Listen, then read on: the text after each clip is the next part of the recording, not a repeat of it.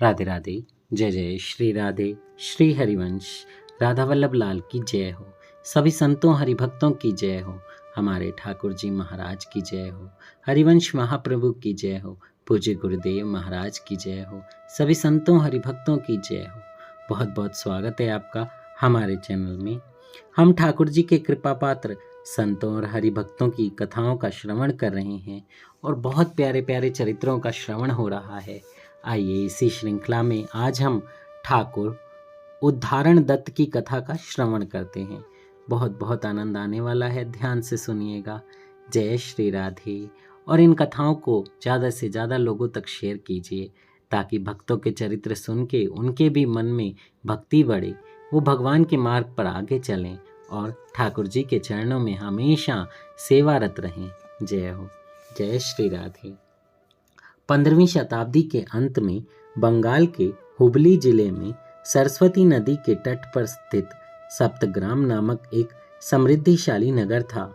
श्रीकर दत्त नामक एक ऐश्वर्यशाली व्यापारी वहां आकर निवास करने लगे।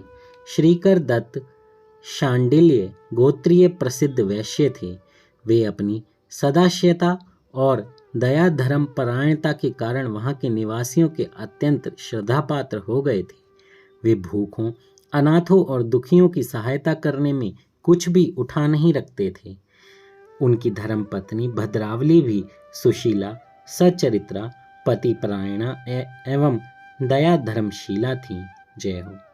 कहते हैं जब ठाकुर जी की कृपा होती है ना, तो आपके कुल में या आपके परिवार में जो भी जन होते हैं वो सब भक्ति में लग जाते हैं। और भक्ति जब हम करना शुरू करते हैं, एक कदम ठाकुर जी की ओर बढ़ाते हैं तो ठाकुर जी 4 कदम हमारी ओर बढ़ाते हैं। और जब हम उनकी तरफ कोई कदम नहीं बढ़ाते तो ठाकुर जी वहीं खड़े रहते हैं। ऐसा नहीं होता कि ठाकुर जी उल्टे पैर हो जाते हैं या वापस चले जाते हैं।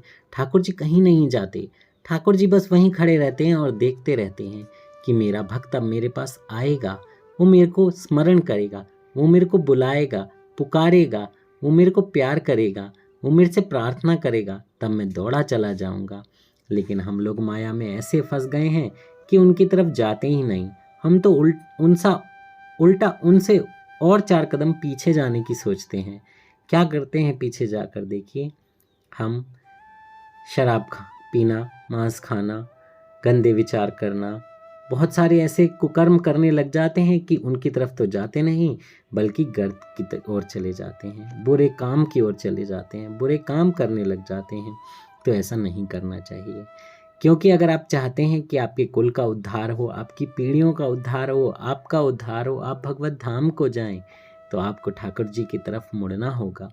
2 कदम चलने होंगे, 2 आप चलेंगे तो 4 ठाकुर जी चलेंगे। आप देख लेना, वो कभी आपको गिरने नहीं देंगे। आप पीछे भी चलेंगे तो भी वो आपको गिरने नहीं देंगे, लेकिन वहाँ पर आपकी दुर्गति ही होती रहेगी, उद्धार नहीं होगा। इस मानव जीवन का लक्ष्य आपको उद्धार करना है, दुर्गति नहीं। जय हो। इन्हीं भद्रावती देवी के गर्भ से शाके 1403 में महाभागवत श्री उद्धारण दत्त का जन्म हुआ। समय पाकर इनकी शिक्षा दीक्षा हुई। पिता की मृत्यु के बाद उद्धारण दत्त ही उनकी संपूर्ण संपत्ति के अधिकारी हुए। इसी समय उद्धारण दत्त ने एक जमींदारी खरीदकर और उसे बसाकर अपने नाम अनुसार उसका नाम उद्धारणपुर रखा, जो आज भी कटवे के समीप विद्यमान है। पिता के समान पुत्र भी पूर्ण सदाचारी, परोपकारी और भगवत भक्त निकला। इनके दया और भाव के कारण बंगाल के तत्कालीन नवाब सुल्तान हुसैन शाह इनका बहुत सम्मान करते थे।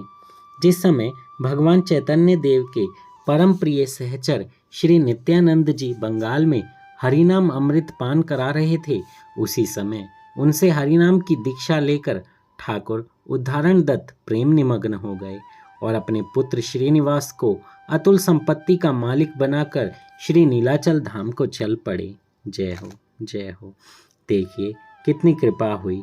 तो कहते हैं ना, जिस कुल में भक्ति होती है वहाँ ठाकुर जी की कृपा बनी ही रहती है। तो कितनी कृपा हुई उनको कि नित्यानंद जी का सत्संग मिला, कीर्तन मिला, प्रेम मिला और नीलाचल धाम की ओर वो चल पड़े और श्री महाप्रभु का प्रसाद पाते हुए सुखपूर्वक वहीं निवास करने लगे। वहां से फिर श्री वृंदावन धाम में आकर रहने लगे। ऐसी किंवदंती है कि इनकी भक्ति से प्रसन्न होकर परम आराध्य महाविद्या शक्ति स्वरूपिणी माँ इन्हें समय समय पर प्रत्यक्ष दर्शन दिया करती थी। जय हो, जय हो, कितनी कृपा हुई, जय हो। उदाहरण दत्त जाति के स्वर्ण वणिक थे। उन्होंने श्री नित्यानंद जी के साथ बंगाल के बहुत से भागों में भ्रमण करके परम वैष्णव धर्म का प्रचार किया था। जीवों पर दया, भगवान में रुचि और विष्णु सेवा यही इनके प्रचार के विषय थे। जय हो। भगवान नाम में रुचि सब संतों के चरित्रों में, महाभागवतों के चरित्रों में जितने भी ठाकुर जी के कृपा पात्र भक्त हुए हैं, सब ने यही कहा है कि भगवान के नाम का जाप करो, भगवान के नाम का, पवित्र नाम का जप करो, क्योंकि उसमें बहुत शक्ति है। गुरुदेव महाराज भी, हमारे गुरुदेव महाराज भी यही डेली हर सत्संग में बोलते हैं कि भगवान के नाम का जाप करना चाहिए। भगवान के नाम को मत छोड़िए, कुछ भी कीजिए, भगवान नाम का जप कीजिए। कहीं भी हैं, कैसे भी हैं, किसी भी परिस्थिति में हैं, भगवान के नाम का जाप नहीं छोड़ना है। जय हो। इस प्रकार 1460 में श्री वृंदावन धाम में इन्होंने यह लीला समाप्त की।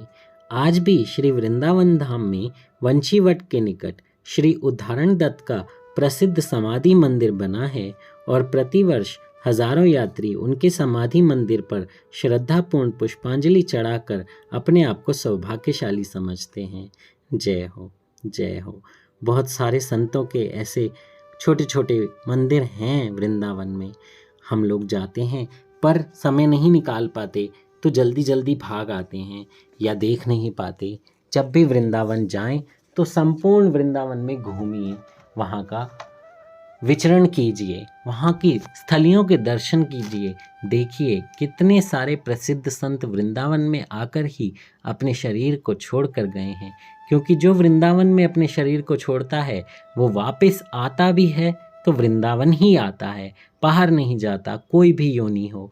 पर मुझे तो ऐसा लगता है और गुरुदेव से जितना सुना है कि वृंदावन से जो जाता है या वृंदावन में जिसकी मृत्यु हुई वो सीधा श्री धाम को जाता है, ठाकुर जी के निज धाम को जाता है, उन्हीं कुंज को जाता है।